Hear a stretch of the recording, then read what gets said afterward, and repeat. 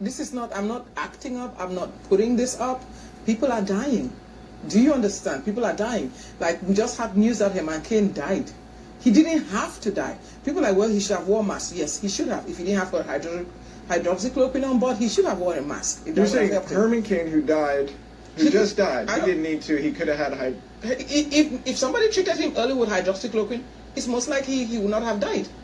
Really? Just like every other every other person that has died from coronavirus did not have to die. But you understand that the World Health Organization, the FDA, they don't agree with you. Of course they don't agree with me. They think you're dangerous. Of course they think I'm dangerous because I'm speaking truth. I've said it many times. Number one, ask Dr. Anthony Fauci, when is the last time you saw a patient? When is the last time he put a stethoscope on a patient's listen? And I'm willing to ask him that. Number two, I'm still waiting for him to come and give me a pee sample to find out whether he's not on hydroxychloroquine himself. The studies that we did on hydroxychloroquine were done under Dr. Anthony Fauci.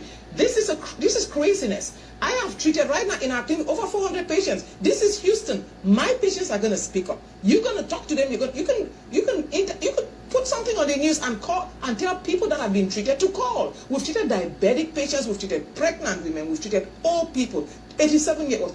People, this is craziness. I don't know what they are doing, and somebody needs to tell me, FDA, Anthony Fauci, WHO, why do you want people to die?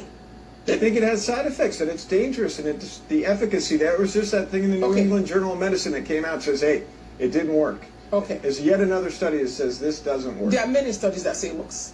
There are many studies all over the world that say it works. People, I just had something on Facebook today or somebody, Dr. Stella, we badly want to see your data. I was like, no, you don't. You don't want to see my data. Why not? There are over 100 papers that have been published all over the world. In India, in Turkey, in France. Each time these papers come out that this thing works, they do a smear campaign because if they know that, let me tell you something. Do you know how much hydroxychloroquine costs? $20. By the time you get hydroxychloroquine, zinc, vitamin C, and Z-Pack, tops maybe $50, $60. You have a whole treatment for COVID. You call it more than treatment. You called it a cure. It is a cure. What's a cure? A cure means it's eradicated, essentially. Yes, it eradicates the symptoms. It eradicates the virus. We see patients day 1, we put them on hydroxychloroquine, they come back day 7, day 10, and they're negative. It eradicates the virus. It is a cure. I don't know why people are getting crazy about this. Well, that's a minority view on whether or not it's a cure. That's let me tell you something. When you have seen 300, 400 patients and none of them has died, it is not a minority view. The people that I say this all the time. The doctors that are saying this thing don't work, most of them, they don't see patients. Dermatologists, and I'm not knocking their specialties. They don't see patients. And they're like, well, she's a pediatrician. I'm a pediatrician and I work in the emergency room. I've done that for years. When I trained in Africa, we train as general practitioners. We don't train as pediatricians or orthopedics or whatever. We train like general practitioners. When I came here, I did a residency in pediatrics because that's the residency I got in. Seriously now, when will people wake up? Seriously. Doesn't this make you angry? Do you understand what's going on? What does this woman have to gain by telling the truth? She may lose it all. But she's risking her life, probably, her job, her livelihood, to tell the truth.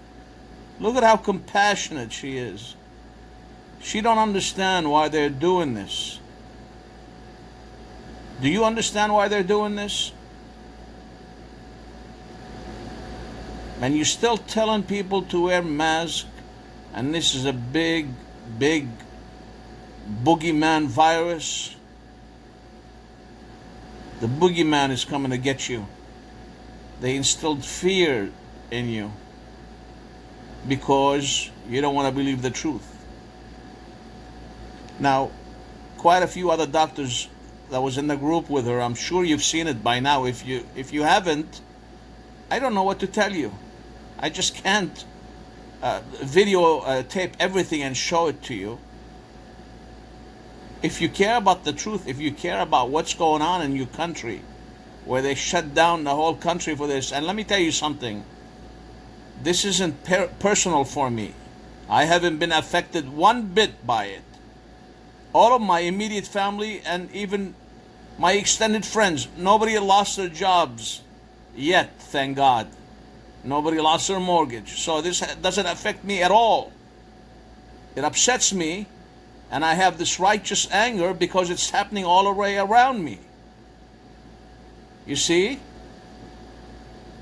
If it affected me and I'm angry, then you have something to tell me. Then you tell me, oh, you got something that affected you and now you're speaking out. No. This doesn't bother me at all. My care, my passion for the life of so many people in this country, for the love of this country, this is why I do this. For the future of this country, the future of our kids and grandkids. I don't know when people will get off their butts and start sharing the truth.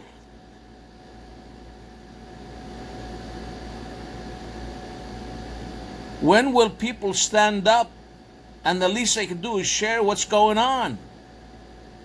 Talk to your doctors, talk to nurses in the family, and ask them. I don't know what's more important than what's going on in this country right now than anything that you're doing. Yes, you go on about your life, you do whatever you have to do, you work, or you go to school, whatever you do, but you must have a lot of time on your hand. What are you doing? If more people found out the truth, maybe we could do something. But they've got us divided, and that's how they work, by divide and conquer. Because the ignorant, the sheeple, will always be in the dark and be led to the slaughter. Let's see what's going to happen when they tell you it's mandatory to get vaccinated so you can work, or so you can fly, or so you can do anything that is your right to do, because it's a free country. So we thought. I don't know if you've seen enough, but let me see what else she says.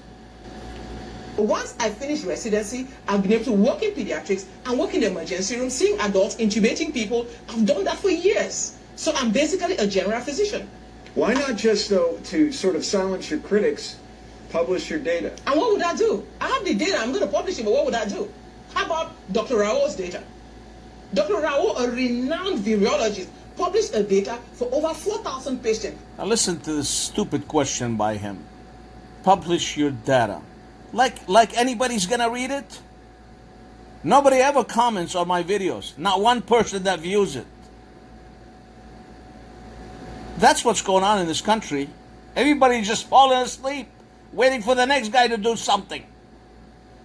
You think her publishing her data is gonna supersede what CNN and Fox and all these channels do and publish? Who's going to read her data?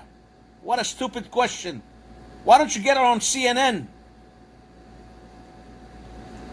I'm sick and tired of all these Twitters and Facebook pages with non-doctor, non-scientist idiots, morons, spewing their junk like they know something. This makes me angry. They vilified him. Although I just got some listen that France is now agreeing for patients to see this, for people to use hydroxychloroquine.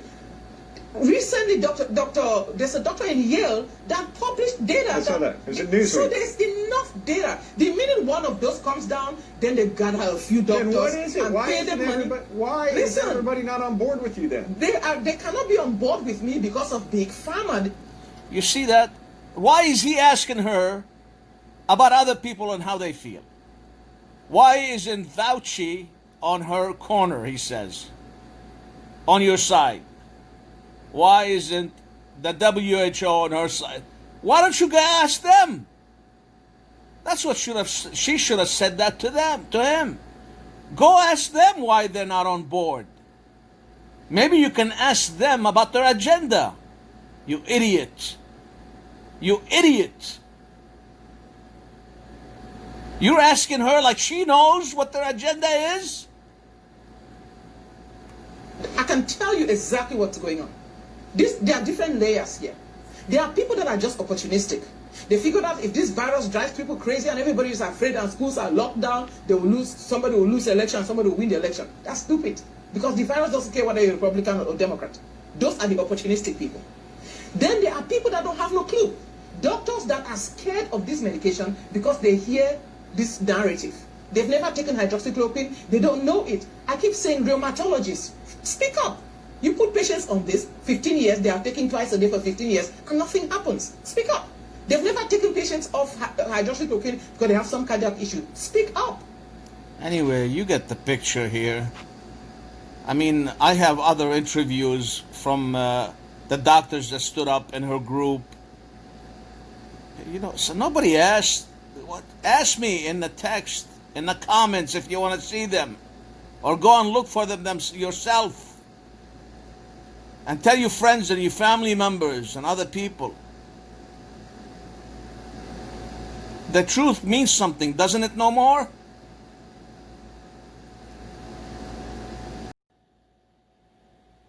Is worth paying any attention to, and even that number is not so helpful, but is mortality, because that's a hard and fast number. So the case number is almost irrelevant, and that's because there's a lot of inaccuracies with the testing, and also even if the test is accurate, most people are asymptomatic or mildly symptomatic, so it's not that important to know. So the case number, which you see rising all the time in the news, is basically irrelevant. And if you had told us a few months ago that that was the number that the media was going to go crazy over, we all would have just laughed at that. I mean, that's essentially herd immunity. There's lots of people out there who have tested positive without symptoms or with very mild symptoms.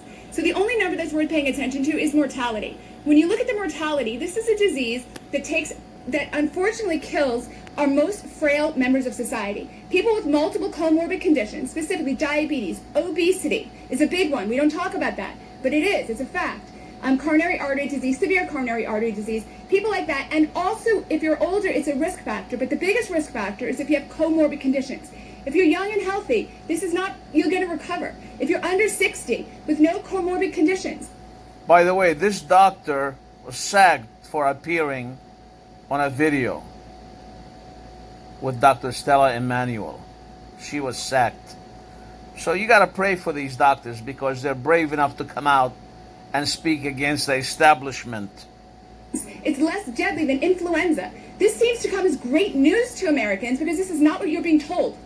I would say the answer is it's very difficult to get accurate numbers. Yeah, that's, doctor, with all due respect to the rest of these people you're referring to, the stupid America, the idiots, the robots, the zombies that turn on CNN and Fox and think, oh, well, that's the truth. They don't know any better. Forgive them, God, for they not know what they're doing. You gotta pray for the stupid, don't you? Especially the stupid ones that they think they're smart. They think they know.